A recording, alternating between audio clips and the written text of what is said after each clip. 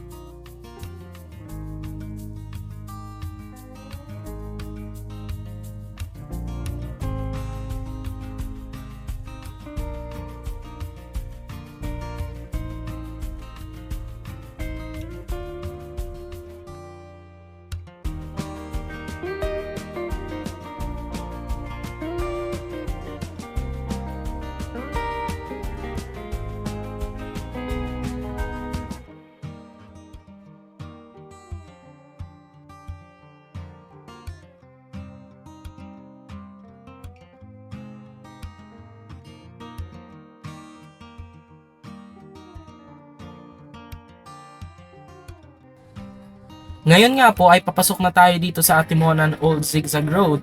Dito po tayo dadaan sa kadahilanan na mas mahaba po ang Atimonan New Diversion Road kumpara dito sa kalsadang ito.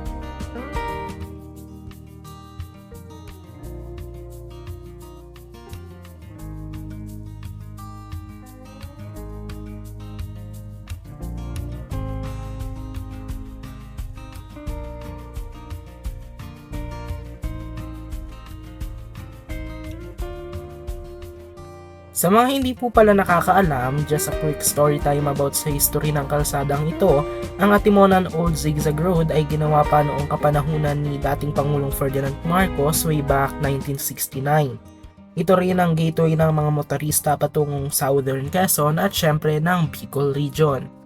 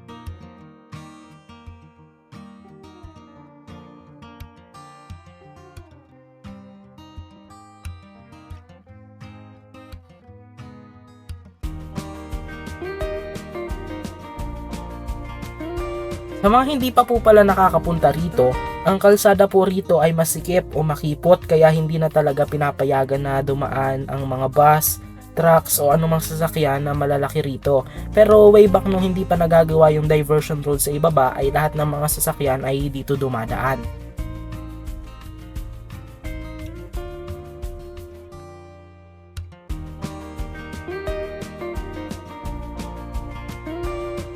Pag kayo nga pala ay dadaan dito, maaari kayong magbigay ng barya sa mga taong natulong upang maging maayos ang daloy ng trapiko dito. I think mga locals sila. Nataon lang din na wala talaga kaming barya dahil biglaan lang din ang pag-uwi namin ng Bicol.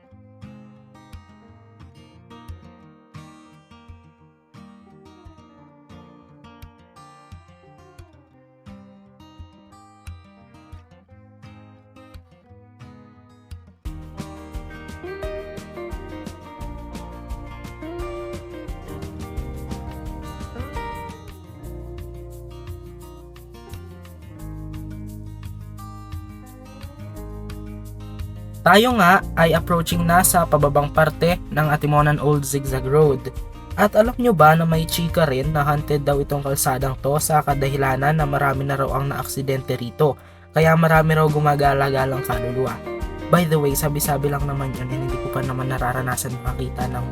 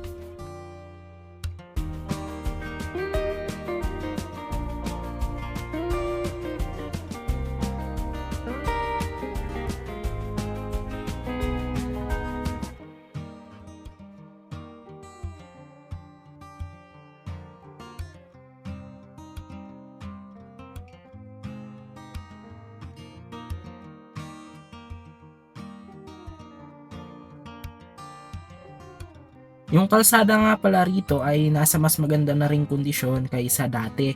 As you can see, naglagay na rin sila ng mga rolling barriers para ma-prevent yung mga fatal accidents dito sa parting ito ng kalsada. Ngunit syempre may mga parts pa rin na malulubak dahil palagi rin na ginagamit at marami rin ang dumadaan sa kalsadang ito.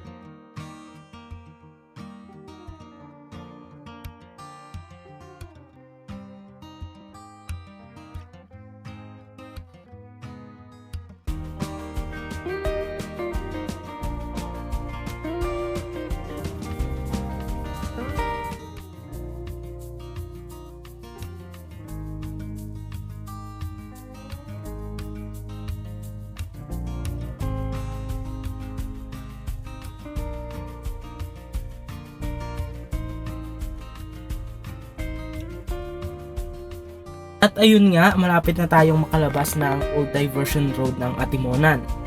Kumusta naman ang experience? Actually, maganda. Kahit pang ilang beses ko nang nadadaanan tong kahabaan ng kalsadang ito, ay hindi ko talaga pinalalagpas ang pagkakataong pagmasdan ng ganda nito. Yun nga lang, sa kabila nito ay hindi rin may isasantabi kung gaano kadelikado ang kalsadang ito lalo na't gabi at medyo maulan pa. Kung nakita mo tong video na to at nag-iisip ka na puntahan itong Old Atimonan Diversion Road, sign na to para mamasyal at puntahan to. Sa susunod naman nating video ay magbabus spotting tayo sa Bao, Camarines Sur. By the way, hindi muna doon sa palagi nating spotting place sa Bao Diversion Road, kundi along Pan-Philippine Highway sa Barangay La Medalla, Bao, Camarines Sur. Abangan!